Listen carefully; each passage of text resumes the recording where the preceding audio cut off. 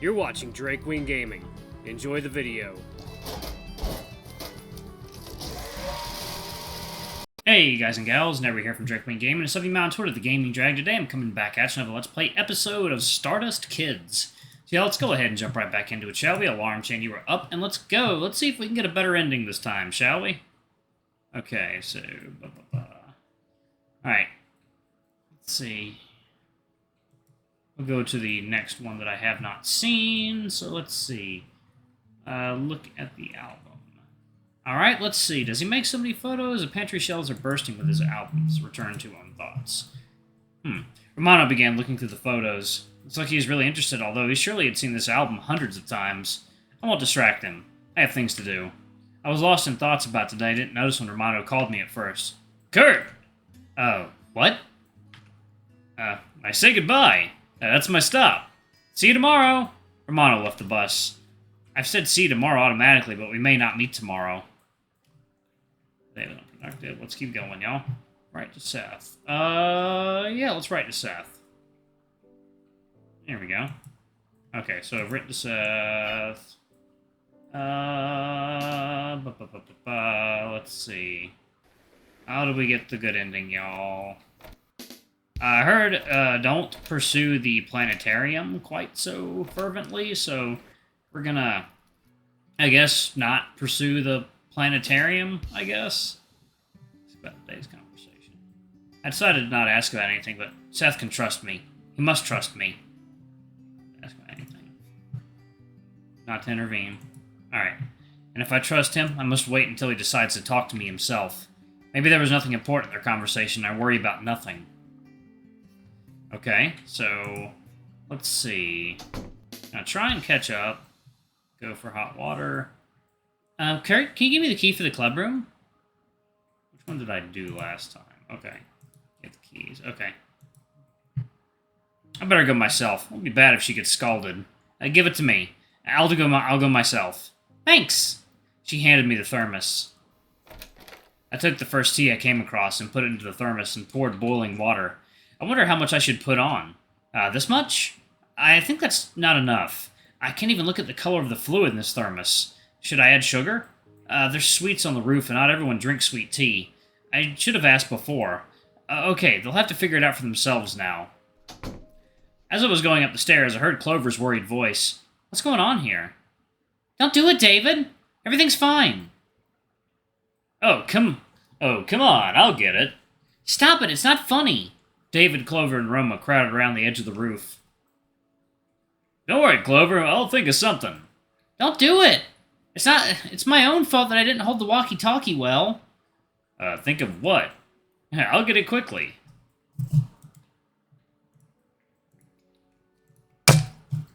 David, you stupid motherfucker, don't do that. David swung his legs over the railing. What's he doing? He, of course, is an oddball, but he won't jump for sure. Stop! Well, that's a new sprite for her.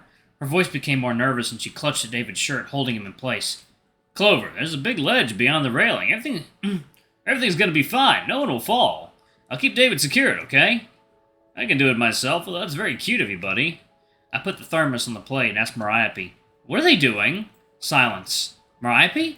She looks scared and doesn't say a word. The guys, of course, are fooling around a dangerous place, but they're not so crazy to really climb over the railing. I'll stop them before the girls get paralyzed with fear. You! I heard a loud, strained cry. I looked back at once and saw Todd. He rushed towards the guys, but immediately stopped and slowly sat on the floor. Stop it!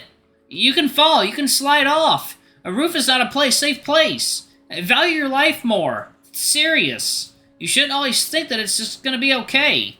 That's why tragedies happen. Mariapi and Evan ran to Todd. There was a noise from behind. Ouch! Why? I told you to stop! Careful, you almost sent him flying with your right hook. Seth, who was talking on his phone, moved to the center of the action, too. What just happened? Are you okay? I can call a doctor, just wait a little. Mariapi had reached for the phone, but Todd stopped her hand. Everything's fine. Sorry I scared you. Was he so nervous about David? Even David surely realizes what's happening and won't just fall from the roof. You sure you don't need a doctor? Yeah. Everything's fine. Everyone's eyes are glued to Todd. He sat like that a little more, caught his breath, and tried to stand up, leaning on Mariapi. Sorry for making you scared.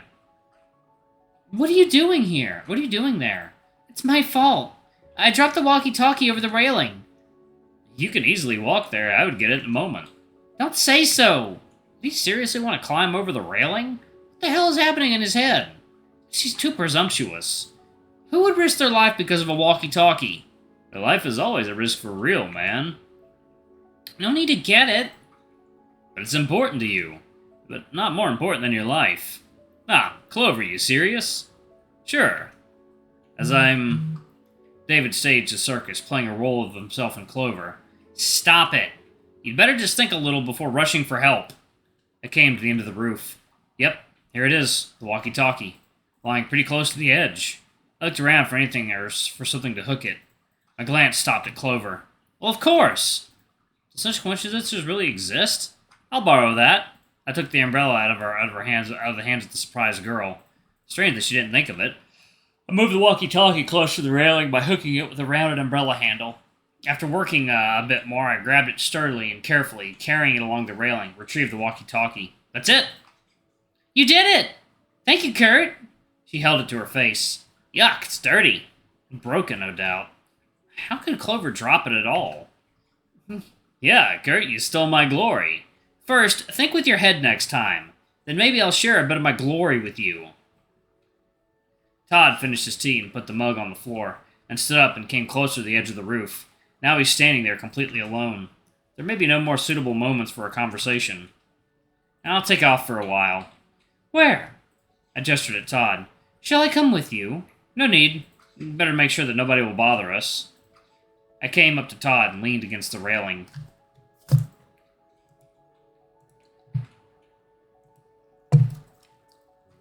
Thank you for inviting me.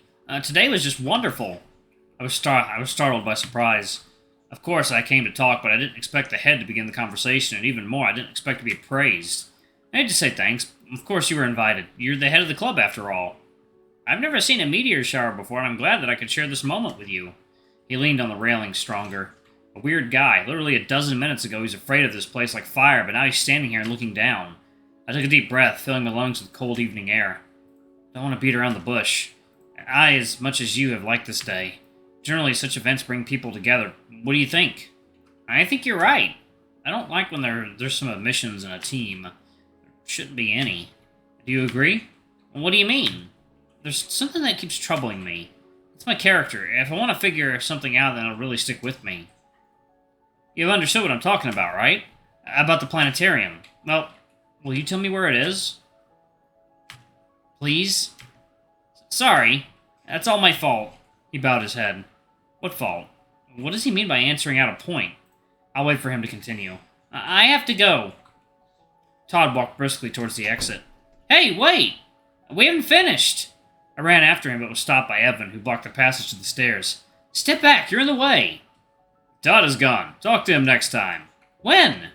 Next time maybe tomorrow, or maybe never. You know perfectly well that catching Todd is an outstanding task. You saw that he's upset. Don't bring him to tears. Bring him to tears? Maybe I shouldn't breathe in his direction and not accidentally disturb him. He's right. You can talk later. What is it with these people in the fucking planetarium? What is going on in this game? I don't really quite understand it. Do they all conspire? I'm so sick of that. Following Todd, everyone went home. We're the only ones left. When did your head vanish? I haven't noticed that. That's his superpower. Like a teleportation? More like saving from Kurdo occupation. Very wittily. Yeah. Learn while I'm alive. It'd be funny if it wasn't so sad. So, what should I do now at this damn planetarium? I dozed off in the bus, and now I feel like a vegetable.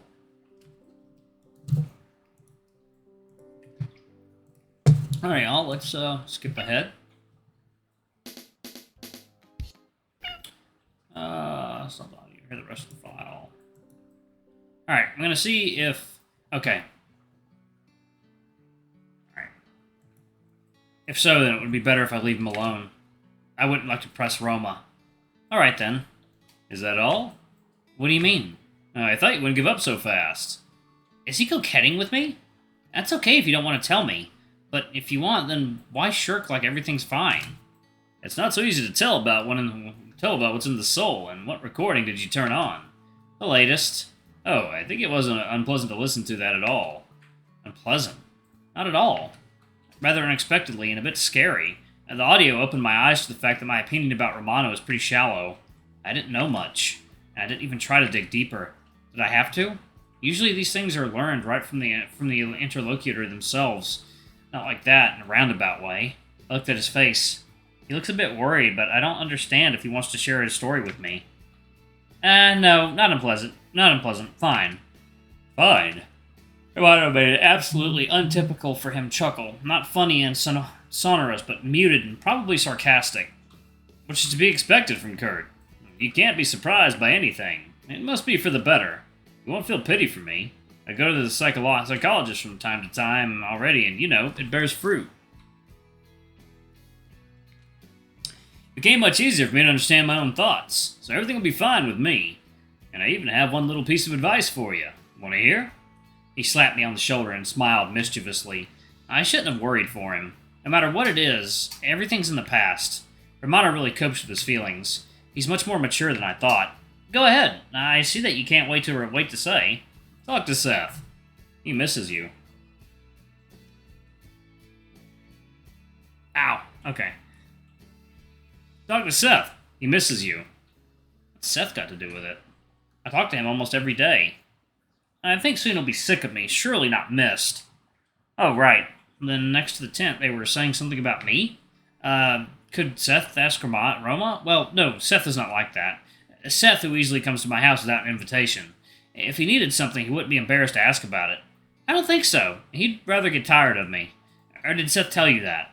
No, of course not. I just thought that you were busy with some of your things lately. The planetarium or what? If Seth would have taken his part, then this thing wouldn't be mine. Maybe he just doesn't have time. Alright, y'all, I'm going to go ahead and pause it right there. Thank you all so much for watching. Don't forget to like, comment, subscribe, ring that notification bell. I love you all, and I shall see y'all in the next video. Bye-bye!